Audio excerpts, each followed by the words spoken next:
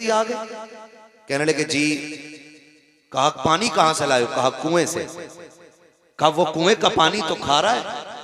कहने लगे नहीं, अब ये मीठा हो गया। कहा कैसे?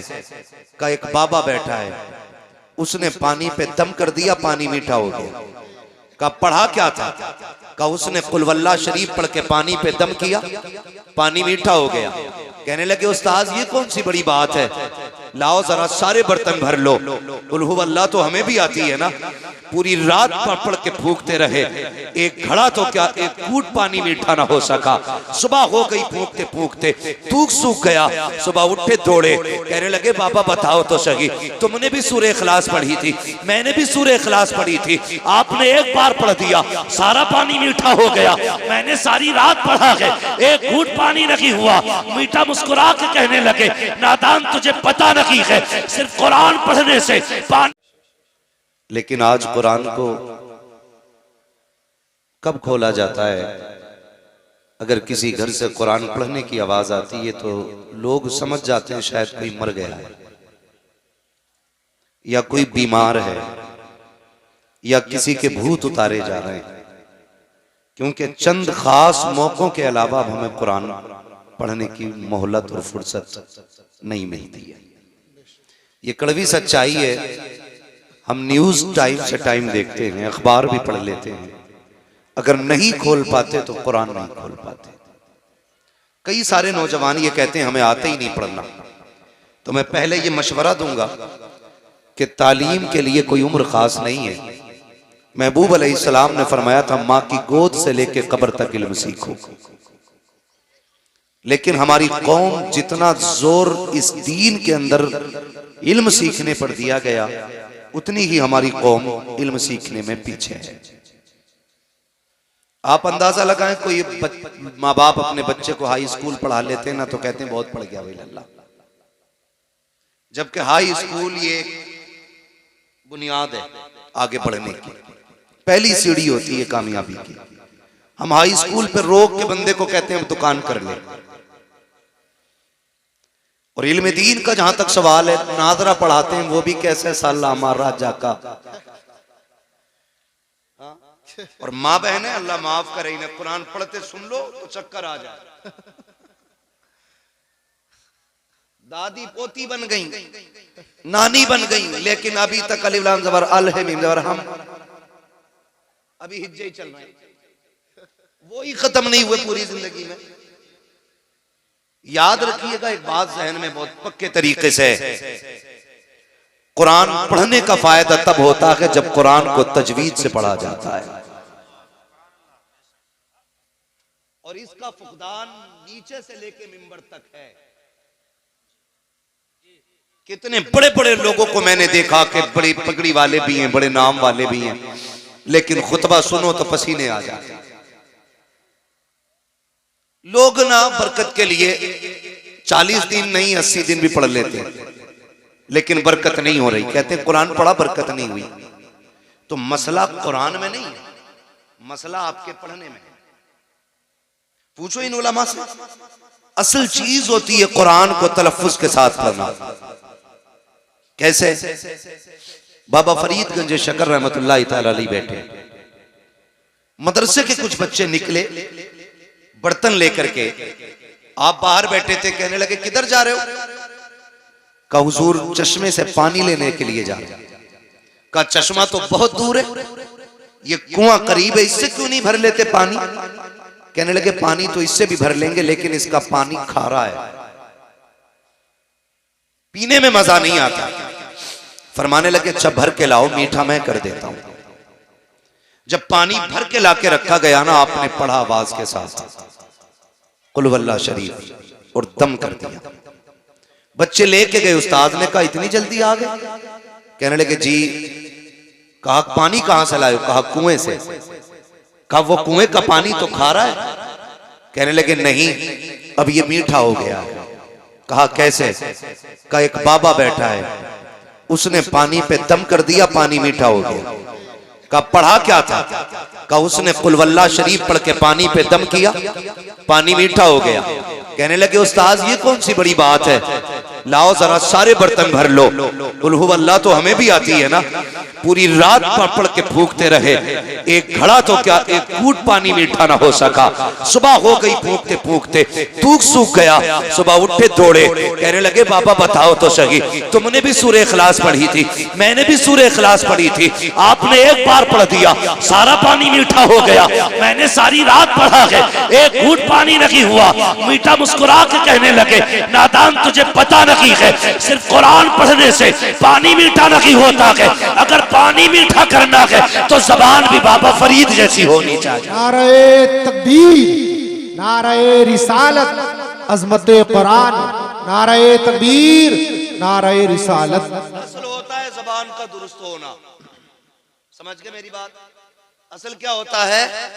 जबान का दुरुस्त होना।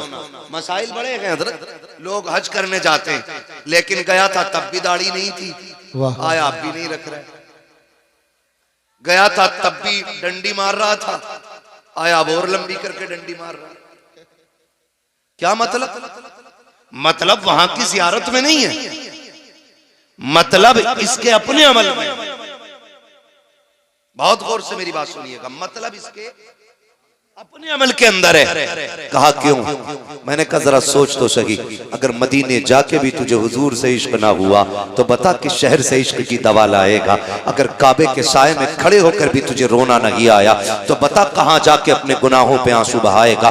लोग कहते हम तो गए, और मैं भी जानता हूं कितने लोग पहली नजर में फरमाया गया जब काबे पे पहली नजर पड़ती है तो जो दुआ मांगी जाती है अल्लाह कबूल फरमाता है। लेकिन लोग पहली नजर पे दुआ कहां मांगते हैं? काबा नजर आने से पहले कैमरे निकाले जाते हैं, मोबाइल खोल के लगा दिया जाता है, फिर कहता देखो 10 कदम दूर है, अब 5 कदम दूर है, वो देखो सामने काबे का गिलाफ है, वो देखो मिजाबे रहमत है। नादान देख तो सही कहां आया है? क्या तू दुनिया को दिखाने के लिए आया था? यार नजरें नीची कर लेता, जैसी काबा सामने होता कोई कलाई पकड़ के कहता अब तो नजरें उठा के देख सामने काबा है, अल्लाह अकबर। पहली नजर उठाता, फिर दिल की दुआ मांगता, खुदा की कसम पहली नजर में अगर तू बख्शिश मांग लेता दी जाती, इश्क रसूल मांगता दी जाता, अगर तू रब से उसकी रजा मांग लेता तो दे दिया जाता। अगर रब से ये कह देता या अल्लाह जब तक जिंदा रहूं हाजिरी अदा करते रहना, जब तक जिंदा रखना काबे की हाजिरी करता रहना। नारे तकबीर,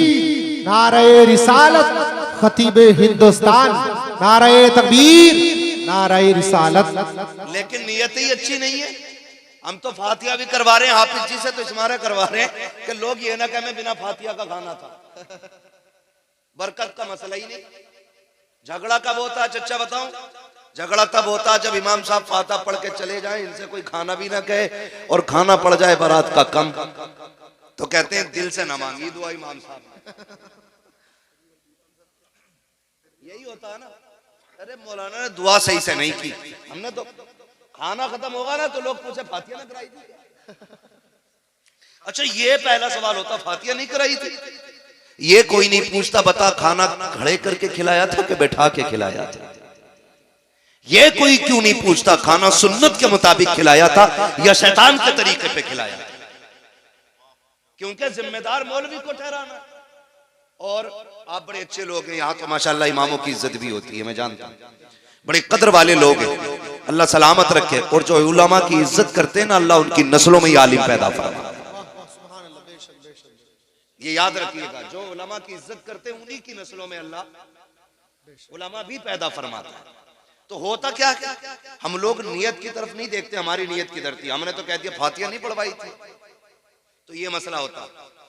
आपके बस्ती में मदरसा चल रहा है, खुद जरा दिल पे हाथ रख के ये फैसले करें, बात सच्ची है तो फिर ठीक है, फिर अमल भी करने की कोशिश करनी है। हम जरा ये सोचें कि हम जो मदरसा चला रहे हैं, जो हम खाना वाना खिलाते हैं, तो पहले मदरसे के बच्चों को खिलाया जाता है या पहले खास मेहमानों को बुला के खिलाया जाता है? इस बात पे गौर करें। और अगर दावत की मैं बात करूं ना मौलाना, तो मौलवी के और पढ़ने वालों के लिए मैयत से पहले दावत ही नहीं होती। जब तीजे की देगे बनती है ना तो हाफिज जी से कहियो बच्चे आ जाएंगे खाने, 40वें की बनती है तो हाफिज जी से कहियो। कई जगह तो बेचारे को मौलवी को मैयत के अलावा कपड़े भी नहीं देते लोग। ये इज्जत है हमारे समाज में उलमा की। ये इज्जत है हमारे समाज में इल्म वालों की। तीजे 40वें से पहले खाना नहीं, मैयत से पहले कपड़े नहीं। अल्लाह तौफीक दे, घर में तेरे वलीमा हो, पहली कुर्सी पे जो कोई बैठे ना तो कह पहले हुजूर के दीन का वारिस बैठे, पहले उसको बैठाइए और उससे कहिए बिस्मिल्लाह पढ़ के खाने का आगाज आप करें। पहले उसे खिलाओ, फिर देखो अल्लाह खाने में कितनी बरकत अता। वाह वाह वाह।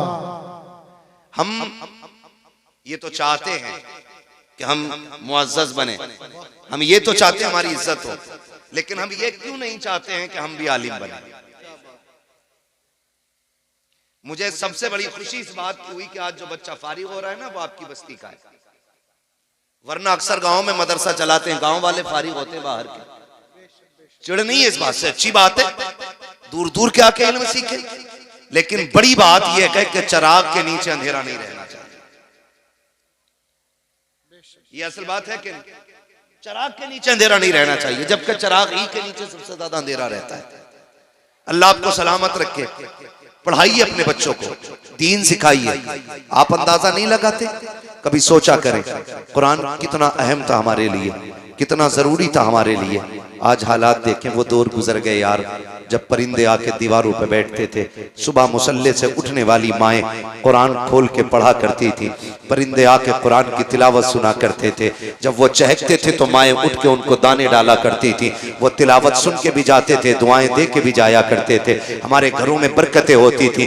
तब लोग 100-150 नहीं, 10-20 नहीं, 2.5 रुपए कमाने वाले लोग इज्जत और शान से जिया करते थे। आज तक 10 लाख रुपए महीने कमा करके घरों में सुकून नहीं है, जिंदगियों में करार नहीं है। उसकी वजह यह है कि हमारे घरों के अंदर से बरकतें जा चुकी हैं, हमारे घरों के अंदर से बरकतें रूठ गई हैं। काश हमने कुरान की तिलावत को खास कर लिया होता, हर घर के अंदर कुरान की तिलावत हुआ होती। फजर के बाद रोज कुरान खुला करता, फजर के बाद रोज औरतें कुरान पढ़ा करती। लेकिन कहां से पढ़ेंगी औरतें कुरान? हम जब बीवी तलाश करके लाते हैं, पहले ये पूछा जाता है एमए पास है कि नहीं, बीए पास है कि नहीं। यार ये तो पूछा करते हो, ये क्यों नहीं पूछते हो इस बच्ची को कुरान आता है कि नहीं, इसे दीन की वाकफियत है कि नहीं। जब ये घर से चली थी तो इसके जहेज में तो कुरान देखा गया था, लेकिन कभी मुसल्ले पे कुरान नहीं देखा गया। इसके जहेज में तो कुरान था, लेकिन आज तक इसके आगे कुरान रखा हुआ नहीं देखा गया। वजह क्या है? इसके बाप ने जहेज का एहतमाम तो किया, लेकिन बेटी को कुरान नहीं पढ़ाया। और तुम भी खाली डिग्रियां देख के ले आए। जाओ कुरान की कारियां लेकर के आओ, दीन सीखने वाली बेटी लेकर के आओ। खुदा की कसम कदम उसके आएंगे, करम खुदा का आना शुरू हो जाए। वाह वाह वाह, जिंदाबाद। बहुत खूब। लाया करो। और नौजवान रिश्ते कर रहा ना, कह रहा अम्मा देख के ये जरा मुंह ढंग से देख लिए, ढंग से देख लिया, वो भी सही कह रहा। वो तमाशा हो रहा है रिश्तों में भाई साहब, 5 मिनट में शक्ल बदल देते। वो कमाल है पेंटरों का, पता ही नहीं चलता है कि नहीं। और अब तो अल्लाह माफ करे, ये मुसलमानों में भी रिवाज आ गया ब्यूटी पार्लर का। इरफान साहब, ब्यूटी पार्लर का रिवाज है। 3-3, 6-6 घंटे ब्यूटी पार्लर में मेकअप के बाद दुल्हन आती है। हालात देख रहे, मेरी बात समझने की कोशिश करें। मैं कोई नारे लगवाने नहीं आया, मैं बस सिर्फ कुछ बातें कहने आया हूं अपने लोगों से। 6-6 घंटे ब्यूटी पार्लर, ये कभी धुलना नहीं है? बोलो धुलेगा कि नहीं? जिस दिन धुल गया उस दिन असलियत सामने आनी है भाई। तो 6-6 घंटे ब्यूटी पार्लर, और उसके बाद 8 दिन बाद तलाक। लड़का कह रहा जो देखी थी वो है ही नहीं, फोटो किसी और का था। इससे समाज बर्बाद हो रहा है, इससे हमारी सोसाइटी तबाह होती जा रही है। हालात इतने बिगड़ चुके हैं। अच्छा खुद बताइए, हम दूल्हा पीछे रहता, कैमरे वाला आगे नहीं रहता। बोलो, जो जितना ज्यादा नाक वाला ना इतना ही बड़ा कैमरा लगवा रहा। एक जगह गए, निकाह का मसला था तो वकील बना दिया गया, इजाजत लेने गए, हमसे पहले कैमरे वाला घुसा पड़ा था।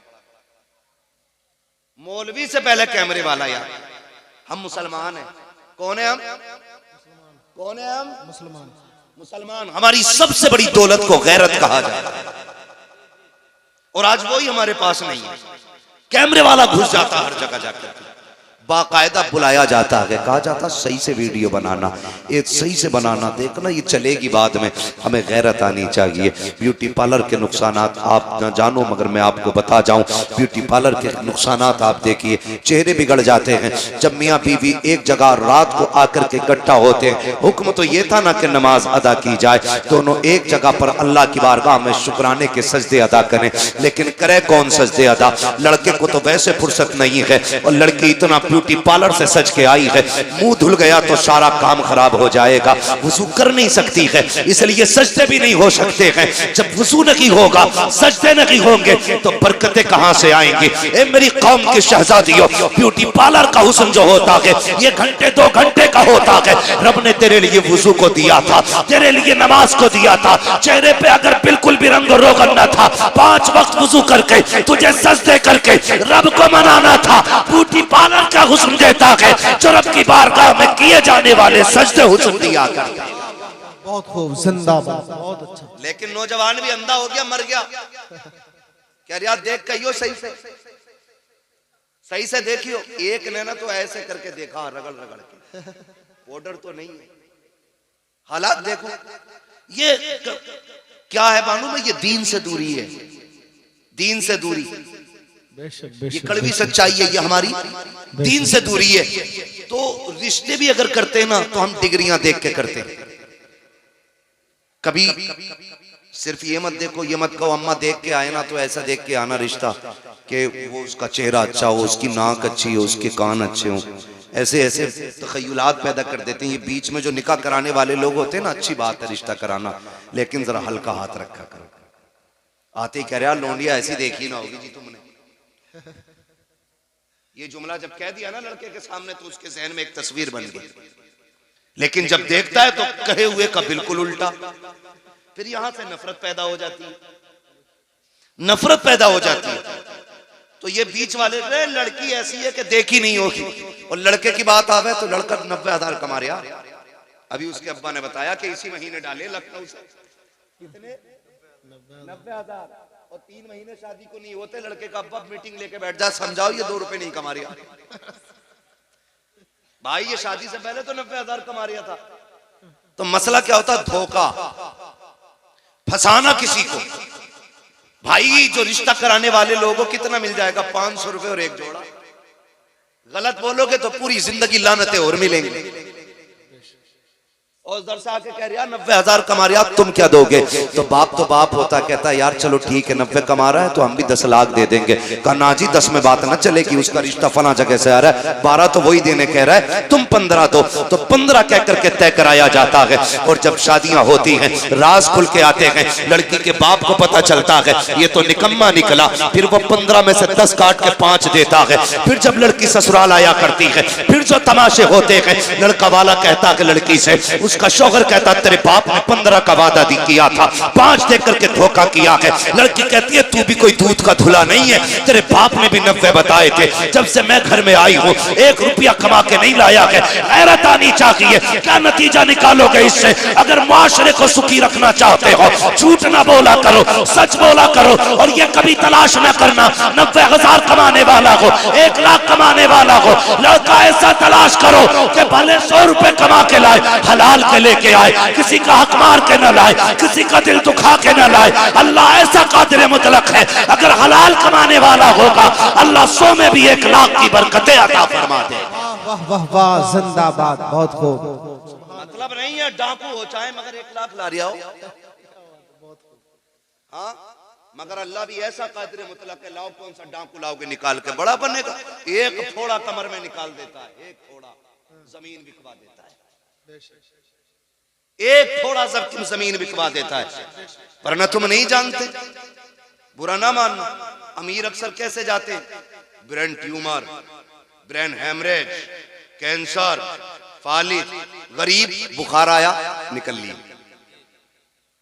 सिरसाम हुई निकल ली, ये सस्ते निबट जाते। खुदारा रब से रिस्क हलाल मांगो। और दुल्हन देखो तो पढ़ी लिखी, दीनदार, और दामाद देखो तो वो भी दीनदार। अब तो लोग ना बुंदे वाला दामाद ज्यादा पसंद करते हैं। हाँ, बुंदे वाला दामाद क्यों भाई ये ज्यादा काबिल है क्या? क्या मसला बुंदे वाले का? दाढ़ी में कट निकले हुए। हाँ अब कट तो हजरत अल्लाह माफ करे, एक तो बिच कपड़ा बनवाए फिर जाता सर। बिस कपड़े हैं बहुत सारों में। पीछे से बिच कपड़ा पूछ उसकी, हाँ दूर से देखने में लग रहा कोई जानवर बैठा है इसके सर पे, और बड़ा अच्छा मुस्कुराता हुआ आ रहा। मैंने शर्म करिया, और दाढ़ी में एक ने ऐसे कट मारा जैसे इसके टांके भरे हुए। जैसे पुरानी चोट होती है ना, तो कभी कभी पुराने निशानात चोट के ऐसे होते हैं कि बाल ही नहीं जमते, ऐसा मारा कट दाढ़ी में। मैंने कहा एक्सीडेंट हुआ होगा, यहाँ से फट गया होगा। करीब से देखा तो मुड़े हुए थे बाल। हालात है। दमाद किसका? बब्बन का, छन का, जुम्मन का। यही मसला चल रहा है यार। एक बात तो सुनो, और लड़कों तुमसे भी गुजारिश है, ज्यादा मालदार ससुर भी मत ढूंढना। दोनों बातें मैं असल बात कह के जा रहा हूं, दीनदार लड़की तलाश करो। मगर रिश्ते अल्लाह माफ करे, कह रहा बड़े लोगों में इसलिए रिश्ता किया ताकि थोड़ी सी अपनी भी दैल हो। और वो भी कह रहे दमाद ऐसा होना चाहिए जो चले तो कुछ धमक होनी चाहिए। इतना धमकदार ढूंढ लिया, ससुर खुद परेशान है। फिर कह रहा तावीज दे दो, उसकी दमक से ससुर परेशान। का ऐसा दमाद चाहिए जिसके सामने कोई ना टिके। अब ससुर भी सामने टिकने तैयार नहीं, बीवी भी सामने टिकने तैयार नहीं। मारा मारा फिर रहा तावीजों के लिए। क्यों लगा रखे हो ये चक्कर? तुमने एक फैसला गलत किया है। दीनदार तलाश करना था घराना, अल्लाह रसूल से प्यार करने वाला ढूंढना था दमाद। तुम्हें ऐसा दमाद ढूंढना था जो 5 वक्त का नमाजी हो, इसलिए कि जो अल्लाह का हक अदा कर सकता है वो तेरी बेटी का भी हक अदा कर सकता है। और जो रब से नहीं डर सकता वो अपने ससुर से कैसे डर सकता है? सुभान अल्लाह, सुभान अल्लाह, बहुत खूब, जिंदाबाद। कहने अरे हाफिज जी हैं खाली, हाफिज जी को लोनी आना दे, हाफिज जी हैं खाली, मर के देख यही हाफिज जी का माल। हाँ जी, दुआएं मांगा करो अल्लाह नस्लों में आलिम पैदा करे। ये खुशनसीबी होती है जिसकी नस्ल में आलिम पैदा हो जाता है। वरना जिन घरानों में आलिम नहीं होते ना, तो हालात देखते हो, सर में दर्द हो तो पानी मौलाना से पढ़वा के लाओ, बुखार हो तो पानी इमाम साहब से पढ़वा के लाओ, और दम निकलने लगे अल्लाह सबकी रूह निकालने के मामलात आसान फरमाए। इतना मुश्किल होता है वहाँ मुनाजिर साहब, इतना मुश्किल होता है कि जब रूह निकलना शुरू होती है ना तो टखनों में अटकती है, घुटनों में अटकती है, कमर में जाकर रुक जाती है, फिर सीने पे आके जब रूह अटकती है तो बड़ा मुश्किल मंजर होता है। मुश्किल मंजर होता है जब रूह सीने में आके अटक जाती है। जब गले पे जाके रूह का काम रुकता है ना, खुदा की कसम मैंने लोगों को जमीन से तड़प में उठते हुए देखा है, तड़पते हुए देखा। फिर कहते हैं लाओ कोई गिलास उठाओ, मौलाना से पानी पढ़वाओ। बच्चा गली गली घूम रहा है लेकिन कोई पढ़ने वाला नहीं मिल रहा है। कोई मिल भी गया का जल्दी पढ़ दो, अब्बा का इंतकाल होने वाला है, रूह नहीं निकल रही है। पानी पढ़ दिया गया, बच्चा लेकर के आ गया लेकिन पानी हलक के अंदर गया ना गया। बड़ा मुश्किल मंजिल होता है। क्या कि अच्छा हो कि तेरा बेटा अगर कुरान का कारी हो, आलिम दीन हो, रूह निकलने का काम शुरू हो, इधर ये कुरान पढ़ना शुरू कर दे। खुदा की कसम जहां जहां रुकने का मंजर रूह का आएगा, जो मकाम रूह के ठहरने के हैं, जब उन पे पहुंचेगी और तेरा बेटा यासीन की तिलावत करता होगा, फरिश्ते कानों के अंदर मुबारकबादियां देते होंगे, रूह कैसे निकल जाएगी पता भी नहीं चलेगा। इधर कुरान की तिलावत होती रहेगी, उधर जन्नत का सफर आसान हो जाए। नारे तकबीर, नारे रिसालत, जश्ने दस्तार बंदी, नारे तकबीर, नारे रिसालत। कुरान के आदी बने, पढ़ेंगे इंशाअल्लाह कुरान, सारे बोले इंशाअल्लाह। और जिन्हें पढ़ना नहीं आता वो कुरान देखने की आदत डाले। हर घर में कुरान होगा कि नहीं? होगा कि नहीं? हर घर में कुरान। और कुरान का मामला तो ये कि बंदे 5 है तो मोबाइल 8 है। बंदे 5 है, कुरान 2 ही रखे और वो भी नहीं खुलते कभी। और मोबाइल 2 मिनट कोई भी अपना मैं हूं आपको छोड़ के दिखा दे, मिलेगा ही नहीं फ्री। जिसके हाथ लग जाएगा वही चलाना शुरू कर देगा। लेकिन कुरान 2 रखे, कोई खोलने वाला नहीं। जहेज में कुरान आ जाए तो सास कहती है कुरान तो कई रखे, इसे मस्जिद में पहुंचा दो। फ्रिज को संभाल के रखेगी, टीवी को संभाल के रखेगी, गाड़ी को साफ कराएगी, सारी चीजों पे सफाई कराएगी। कुरान की बारी आ गई मस्जिद में पहुंचा दो, 2 ही उन्हीं कोई ना खोलता। ये गैरत की बात है। जब कुरान घर में रखने की जगह ना हो, समझ लेना कयामत आने वाली। ये है हमारा कुरान से प्यार, ये है हमारी कुरान से मोहब्बत कि हमारे घर के अंदर कुरान के लिए जगह नहीं रही। क्या कुरान कहता नहीं होगा मालिक ये मुझे खोलते तक नहीं है, ये मुझे पढ़ते तक नहीं है? कुरान सिर्फ तीजे 40 तक के लिए था। कुरान तो शऊर जिंदगी देने के लिए आया था। कुरान से इश्क करो, यहाँ भी सिला देगा वहां भी सिला देगा। आओ तुम्हें बताऊं, अल्लाह अकबर। एक बहुत बड़ा शराबी था, बहुत बड़ा शराबी, इतना बड़ा मशहूर शराबी था कि इंतकाल हुआ, कोई दफन करने उसको नहीं आ रहा था, कोई हाथ लगाने उसको नहीं आ रहा था। रिश्तेदारों ने यह सोचा अगर दफन नहीं किया गया तो इसकी लाश सड़ जाएगी, बदबू फैलेगी, चलो उठा के कब्रिस्तान के गड्ढे में डाल आओ। ये सोच करके रिश्तेदार लेकर के गए। कुछ लोग शामिल हो गए जनाजे में मिट्टी देने के लिए। जब मिट्टी दे करके वापस पलटने लगे, पूरे कब्रिस्तान में मुश्को अंबर की खुशबू आने लग गई थी। लोग हैरत में थे, ये क्या मामला है, ये खुशबू कहां से आ रही है? लोग पलटे उधर जिधर से आ रही थी। जाके देखा उसी कब्र की मिट्टी उठाई जिसके अंदर शराबी को दफनाया था। जब सूंघा तो उसकी कब्र से मुश्क की खुशबू आ रही थी। दौड़े लग गई लोगों की उसके घर की तरफ, कहने लगे यार शराबी तो बड़ा था, बड़ा पापी था, इसकी कब्र से खुशबू कैसे आ रही है? घर गए, बेटी के भी आंसू सूखे न थे। जाके पूछा बता तो सही बेटी तेरे बाप ने कौन सी नेकी की थी? बच्ची ने आंसू साफ किए। कम मजाक कर रहे हो? कम मजाक तो नहीं है, बता तो सही तेरे बाप की नेकी क्या थी? का हुआ क्या है? का आज जब दफना के लौट रहे थे उसकी कब्र से मुश्क की खुशबू आ रही थी। का मेरा बाप शराबी था, मेरा बाप गुनाहगार था। का बेटी हम भी जानते हैं, लेकिन ये बता नेकी क्या की थी? उसने कहा नेकी तो कोई याद नहीं है, लेकिन इतना मुझे याद आ रहा है जब कभी नशा उतरा करता था तो मेरा बाप गुस्ल करता था, वुजू करके गुस्ल करके खुशबू लगा के आता था, और ये जो सामने कुरान रखा है वो इसको उठा के गोद में लेके बैठ जाता था। मेरे बाप को कुरान पढ़ना नहीं आता था,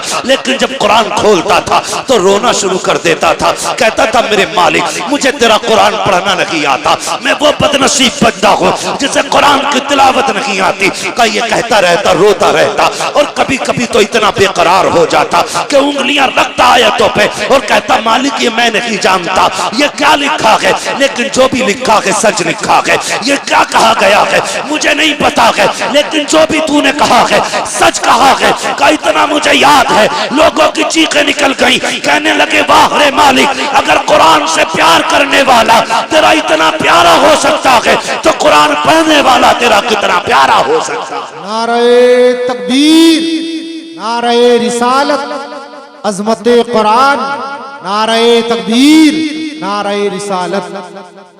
भाई कम से कम अगर कुरान पढ़ना नहीं आता तो कुरान को देख के चूम लिया करो, चूम लिया करो, उसकी जियारत किया करो, उसे सीने से लगाया करो।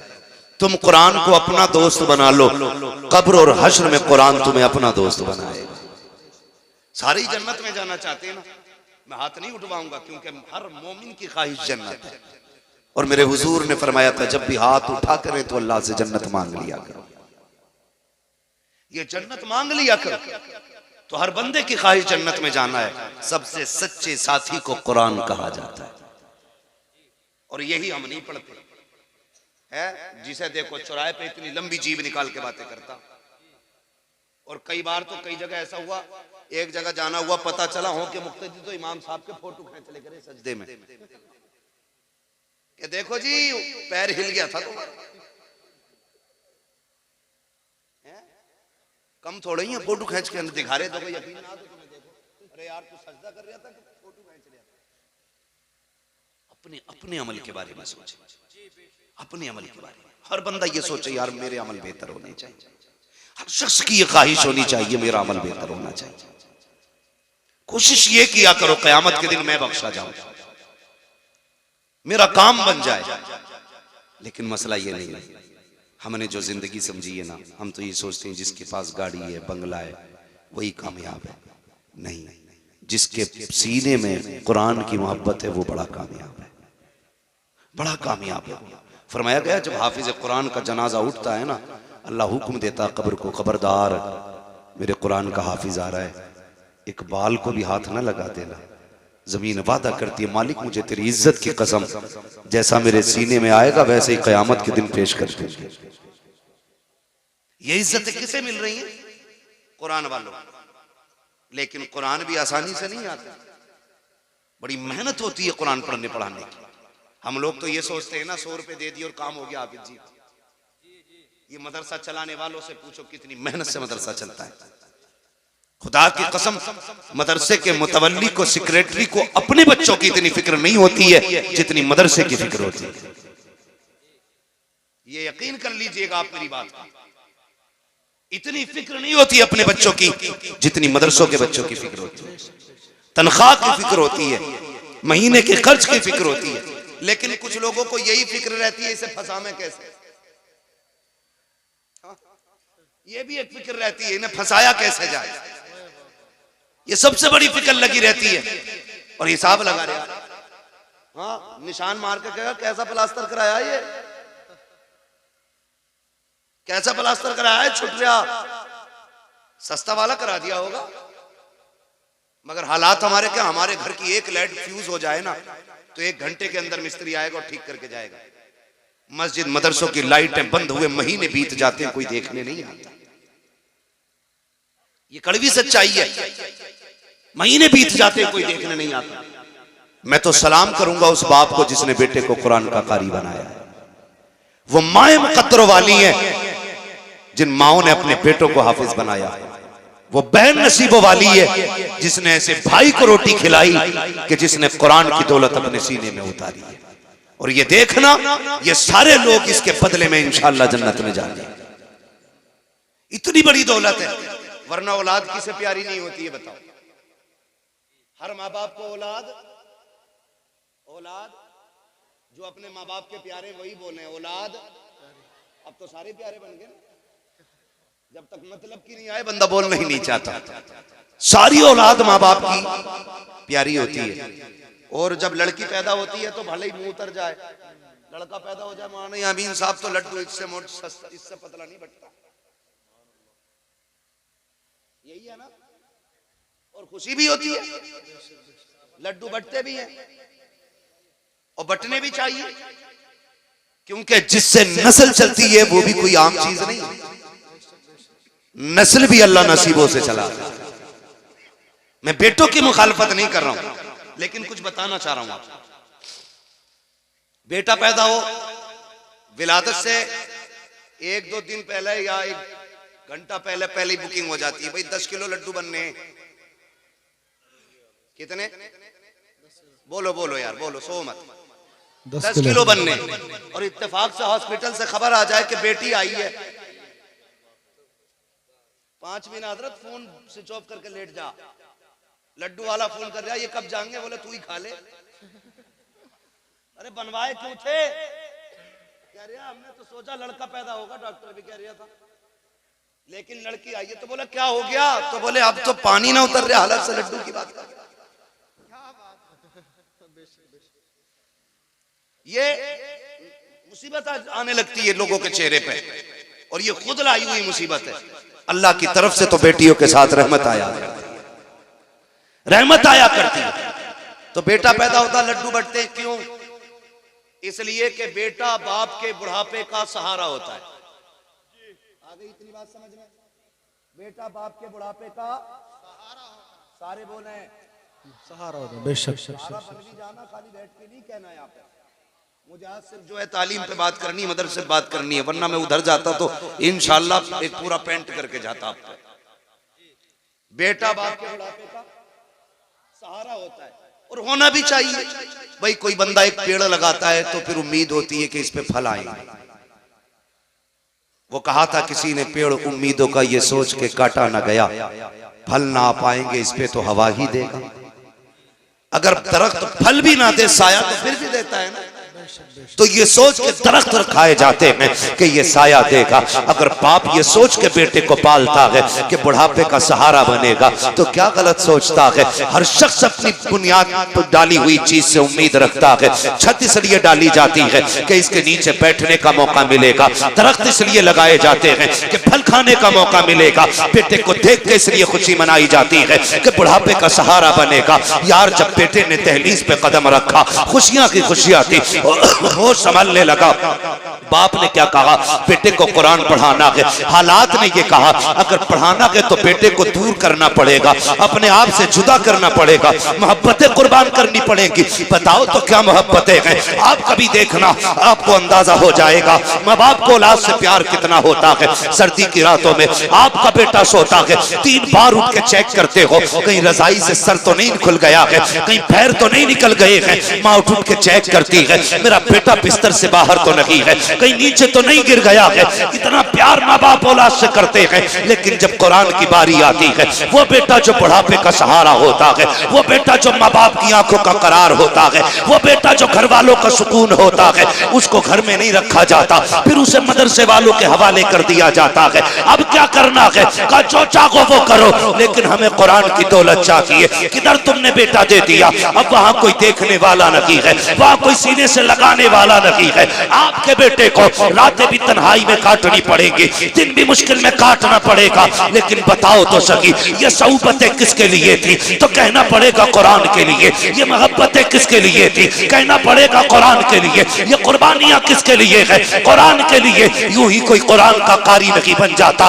एक माँ ने बेटे की जुदाई बर्दाश्त की है, तब कुरान की दौलत सीने में आई है। बाप ने बेटे को जिगर से दूर किया है, तब कुरान की दौलत सीने में आई है। बहन ने भाई को रुखसत किया है, तब कुरान सीने में आया है। और खुदा की कसम, जाओ मदरसों को जाकर के देखो, मदरसे जाके कितने गरीब क्यों ना हो, अपने इदारे का जायजा लो जा करके। जितने तलबा पढ़ते होंगे नीचे बैठ के पढ़ते होंगे, वुजू करने के लिए ठंडा पानी होगा। लेकिन एक तारीख बता दो अपने इदारे की, कोई सर्दी की वजह से मर गया हो, कोई ठिठुर के मर गया हो, कोई सर्दी की वजह से नहीं मरा, किसी को बीमारी नहीं लगी है फर्श पे बैठने से। वरना हमने बड़े बड़ों को देखा है, अगर जमीन पे नंगे पैर चल लेते हैं तो कभी सिरसाम हो जाती है, कभी फेफड़े जाम हो जाते हैं, कभी नाक बंद हो जाती है। लेकिन ये मदरसा है, जब से मदरसे में आए हैं, बैठने के लिए भी ठंडा फर्श है, बैठने के लिए भी ठंडा फर्श है, चलने के लिए भी ठंडा फर्श है, वुजू के लिए ठंडा पानी। और धूप निकलते नहीं, बल्कि रात के 3-3 बजे उठ करके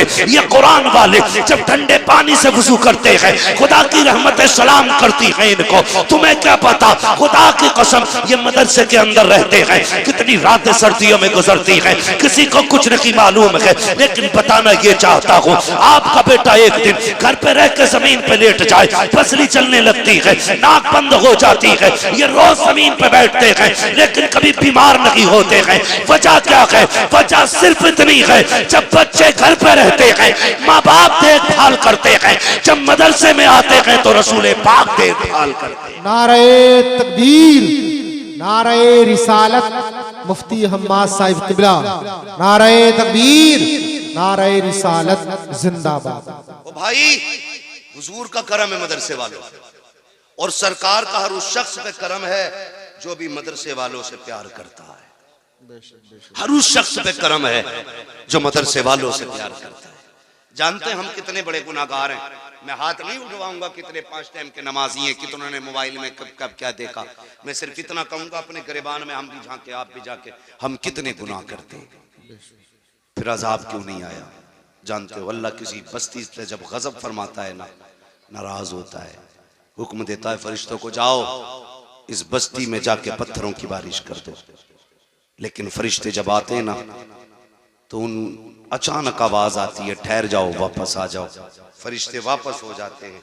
जब फरिश्ते वापस होते तो अल्लाह से जाके कहते, मालिक तू नहीं भेजा था, तूने बुला लिया, बता क्यों भेजा था, क्यों बुलाया। कहा मुझे गजब था उनके गुनाहों की वजह से।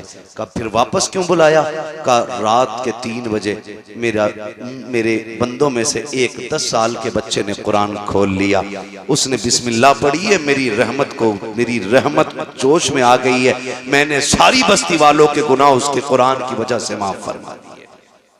एक बंदा कुरान पढ़े तो इतनी अल्लाह बरकतें अता करता है। और जिस बस्ती में सैकड़ों बैठ करके रोज कुरान खोलते हो, है कोई अंदाजा? कोई अंदाजा नहीं लगा सकते। सैकड़ों लोग जहां बैठ के दिन में 1000 मरतबा औज़ बिल्लाह और बिस्मिल्लाह पढ़ते हो, अल्लाह कितनी बरकतें अता फरमाता होगा। और सबसे ज्यादा नसीब वाले वो लोग जिनका अपना पैसा मदरसों में लगता है, जिनका अपना पैसा मदरसों में लगता है। लोग कई बार तो ऐसे होते हैं 10 रुपए देते हैं और हिसाब लेते हैं 3 साल का। 10 रुपए की रसीद कटेगी, ठीक है। और फिर पता क्या कहते कि साहब मुतवल्ली साहब से हिसाब दिलवाओ हमें। वो कहते ना जिसे मारना नहीं होता वो बल्ली उठाता। कहता मैं तो अकेला चला दूंगा, खाली हिसाब दिलवा दो। अबे चाओ उल्लू के पट्टे, तुझसे घर नहीं चल रहा, मदरसा चलाएगा। मदरसा तेरे जैसे अमीर नहीं चलाते, मदरसा मदीने वाले रसूल चलाया करते। कैसे?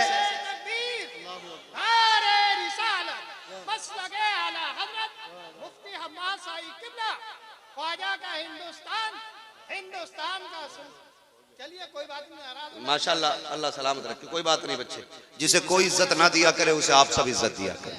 ये नहीं, कुछ नहीं होना चाहिए, सारे ही अल्लाह के बंदे। अगर इसका दिमाग थोड़ा लूज है तो इसका मतलब ये नहीं है कि तुम जिब्रील हो गए हो। सब अल्लाह की कुदरत है। किसी को ज़हीन बनाया उसने, किसी को कुछ दिया, ये सब उसकी कुदरत के करिश्मे। बंदे सारे ही अल्लाह के होते हैं, तो थोड़ा सा जरा कंट्रोल किया करें। ठीक है जी, तवज्जो है आप लोगों की जो मैं कह रहा था आपसे। तो वो हिसाब लेता जो 10 रुपए देता है, और जिसका काम दीन की खिदमत होता है बेचारा वो मुंह से ही नहीं बोलता।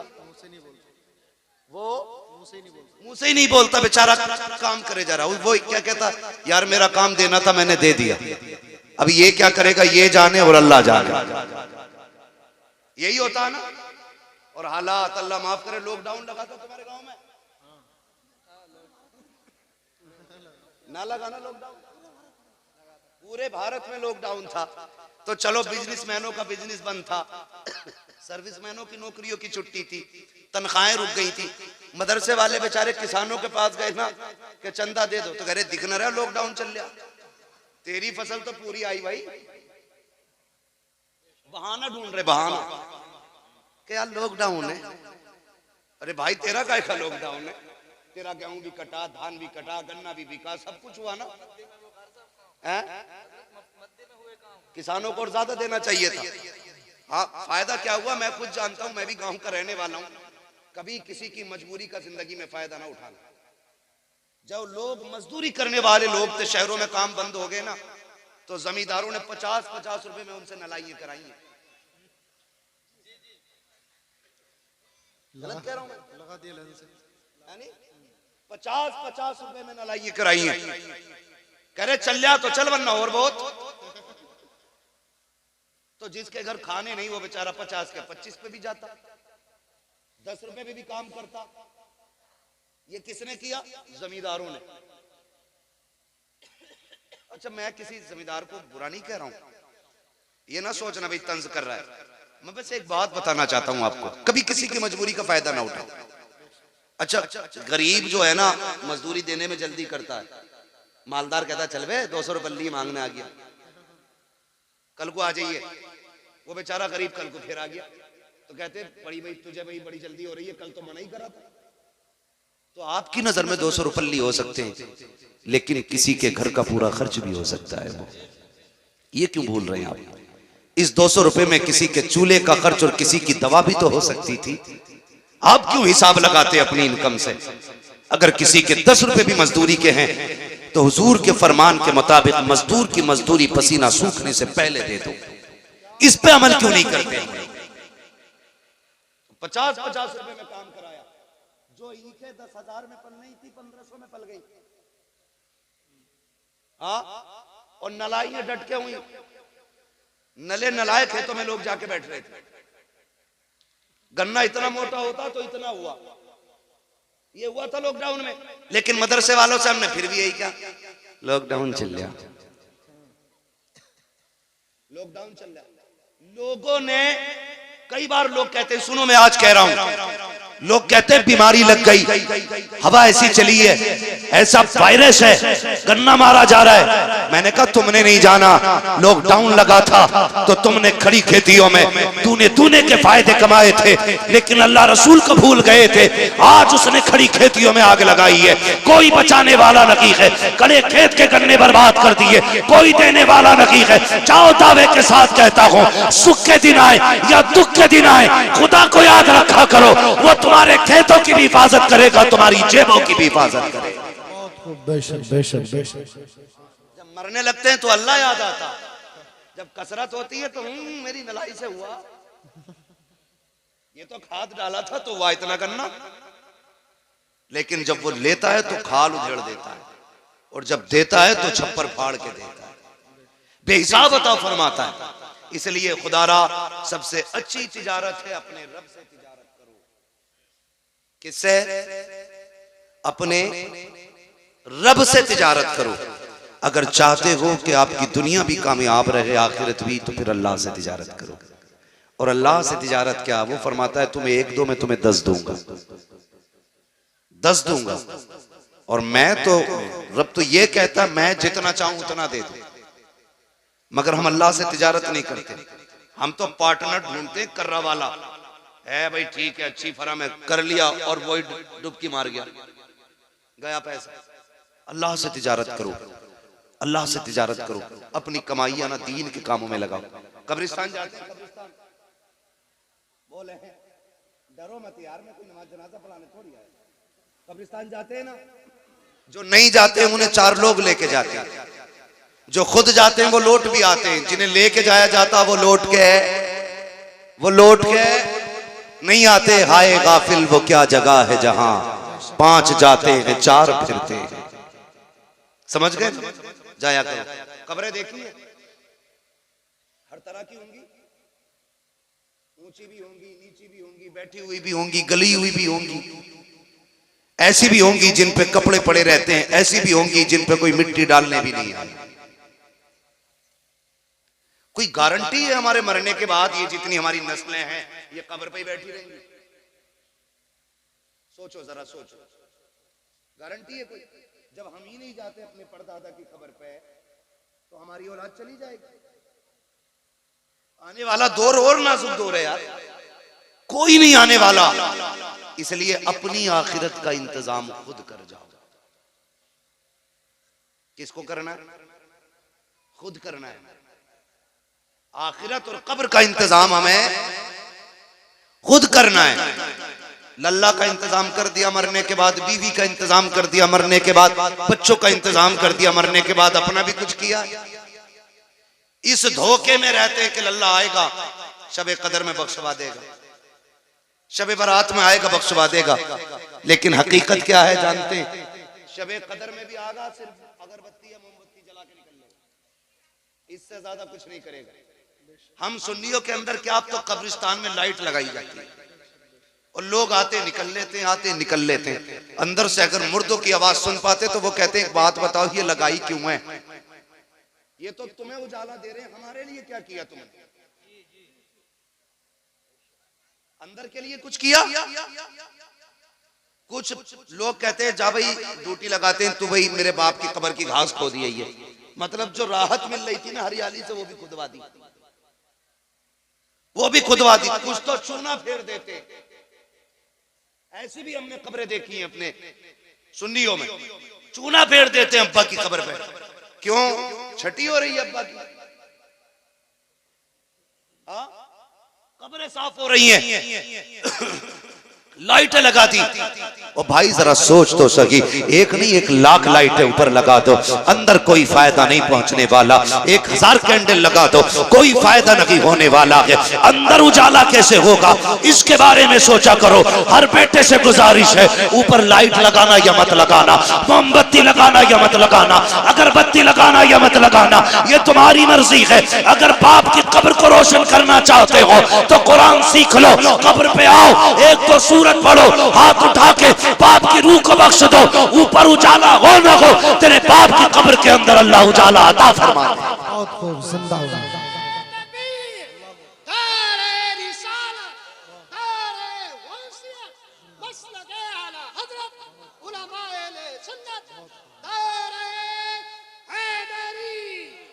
तवज्जो है आपकी? तो अंदर का इंतजाम करो। जब मर जाते हैं ना लोग, हमारी देखो खुशफहमी, मर जाते हैं तो कह मेरे अब्बा बहुत अच्छे थे। बोला क्यों? कि एक बार ना कुत्ते को पकड़ कर पानी पिलाया था।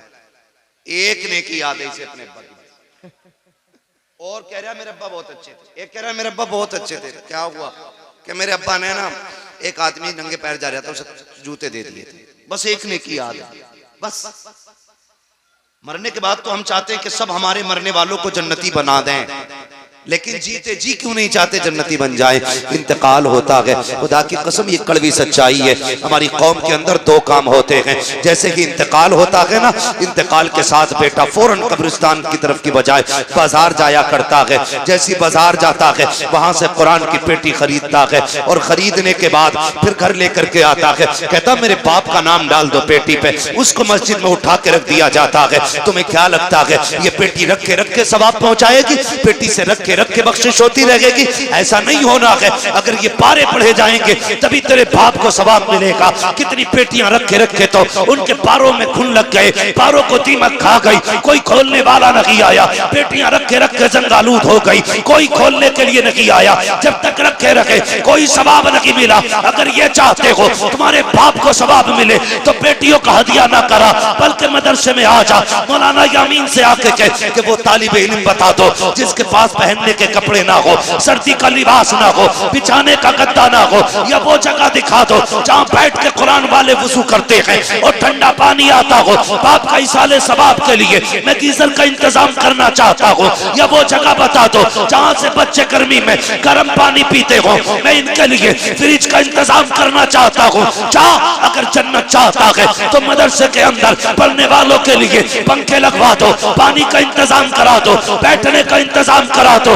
तेरे इंतकाल के बाद कोई दुआ करे ना करे, कोई हाथ उठाए ना उठाए, अगर तेरे दिए हुए पंखे के नीचे ये कुरान वाले बैठ के कुरान पढ़ेंगे, तेरे दिए हुए फ्रिज से अगर इन बच्चों ने पानी पिया, खुदा की कसम जैसी पानी का पहला घूंट हलक से उतर के कलेजे को ठंडा करेगा, अल्लाह उससे पहले तेरी कब्र को जन्नत की हवा से ठंडा करेगा। सुभान अल्लाह, नारे तकबीर। तवज्जो है ना आप लोगों की? आखिरत का इंतजाम करके चले, आखिरत का इंतजाम करके चले। नौजवानों तुमसे मेरी गुजारिश है, जितने लोग कमाई करते हैं ना नौजवान, मेरा मशवरा है, कोई हुक्म नहीं है शरीयत का, आदेश नहीं है, मशवरा है। अल्लाह तौफीक दे, जो महीने में कमाते हो ना उसका कुछ हिस्सा फिक्स कर लो कि हम कुरान पढ़ने वालों पे लगाएंगे। बेशक सुभान अल्लाह, कमाई भी ज्यादा हो जाएगी, बरकतें भी हो जाएंगी। जहां भी रहोगे अल्लाह की हिफ्ज़ो अमान में रहोगे। ये सबसे बड़ा वजीफा महफूज रहने का। चलते फिरते हादसे हो रहे हैं ना, एक्सीडेंट हो रहे हैं, चेहरे नहीं पहचाने जाते। कई बंदे दूर से ना भाई दुआ के लिए कहते हैं, दुआ करना, परदेश में हूँ, बाहर हूँ, बड़ा परेशान हूँ। और कुछ तो ये कहते हैं अल्लाह ने करम कर दिया, पहाड़ पे से गिर रहा था, ऐसा हुआ वैसा हुआ। मैं डायरेक्ट ये पूछता हूँ, नेकी बता, नेकी कौन सी की है? तो अक्सर बचने वालों के पीछे कुरान वालों की दुआएं नजर आया करती हैं।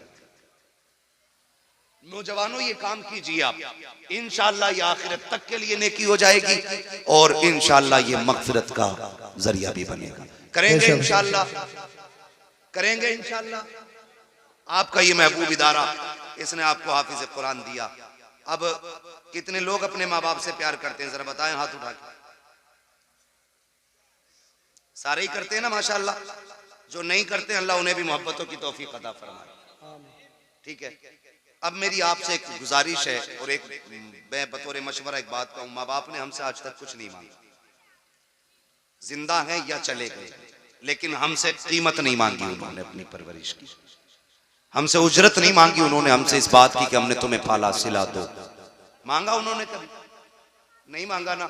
आज मैं मशवरा देता हूँ, जो लोग ये चाहते हैं अल्लाह इस हमारी परवरिश के नतीजे में हमारे माँ बाप को नेकियां दे या जन्नत दे, उनसे मेरी गुजारिश है आज कोई बंदा सबसे पहले उठे जो अपने इस इदारे के ताउन के लिए अपने माँ बाप के नाम से या अपने किसी भाई बहन के नाम से सबसे पहला ऐलान करे। है कोई नौजवान जो सबसे पहले उठे? कोई भी बंदा माशाल्लाह। हमारे भाई 1000 रुपए, क्या नाम है भैया? नन्हे भाई, नन्हे भाई की जानिब से 1000 का ऐलान है माशाल्लाह। अल्लाह सलामत रखे। सबसे पहले उठने वाला हाथ हमारे भाई, क्या नाम है? मोहम्मद एहसान भाई की जानिब से 500 रुपए